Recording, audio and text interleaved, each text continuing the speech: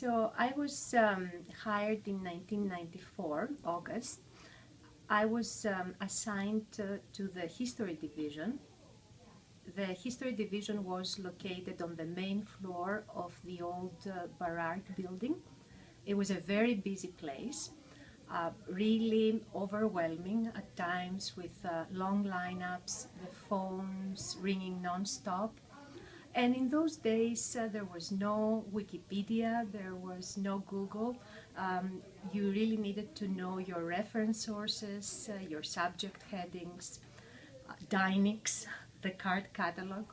So my first day, my first days, my first months were overwhelming, but I was very fortunate to have great mentors.